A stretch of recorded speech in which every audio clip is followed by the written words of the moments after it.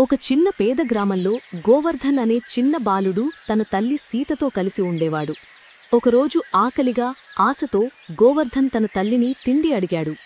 సీత శ్వాస విడిచి చూసి కేవలం ఒకే రొట్టె కనబడింది.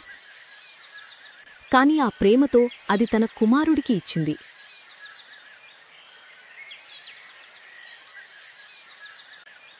తరువాతి రోజు గోవర్ధన్ తన గొర్రెలను తీసుకుని అడవిలోకి వెళ్లాడు.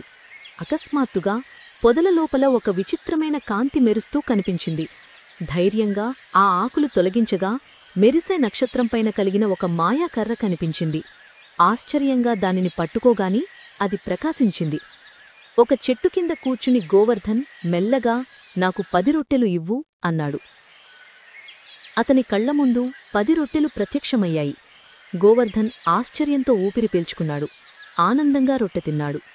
తర్వాత మాయాకర్రను ముందుకు చూపించి నాకు ఒక ఎగిరే గుర్రం కావాలి అన్నాడు. వెంటనే బంగారు కాంతుల మధ్యన రెక్కలు మెరిసే ఒక అద్భుత గుర్రం ప్రత్యక్షమైంది. విస్తుపోయిన గోవర్ధన్ దానిపై ఎక్కాడు. ఆ మాయాగుర్రం అడవిపైనుంచి ఎగిరి గోవర్ధన్ను గ్రామానికి తీసుకువెళ్ళింది. వారు చేరుకునేసరికి గుర్రం వారి చిన్న మట్టిగూడెం దగ్గర నెమ్మదిగా దిగింది. మెరిసే గుర్రంపై తన కుమారుడిని చూసి సీత ఆశ్చర్యంతో బయటికి పరిగెత్తింది.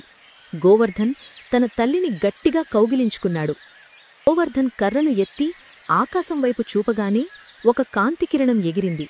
ఆ వెలుగుతో మొత్తం గ్రామం సంతోషం మరియు ఆశ్చర్యంతో నిండిపోయింది. తల్లి కొడుకు చేతులు పట్టుకుని సంతోషంగా చిరునవ్వులు చిందించారు. పక్కనే మాయాగుర్రం సూర్యాస్తమయం కాంతిలో మృదువుగా మెరిసింది. పైనుంచి చూడగానే మొత్తం గ్రామం బంగారు కాంతిలో మునిగిపోయింది. ధైర్యం, దయ కలిసినప్పుడు వచ్చే నిజమైన మాయకు సాక్ష్యంగా నిలిచింది.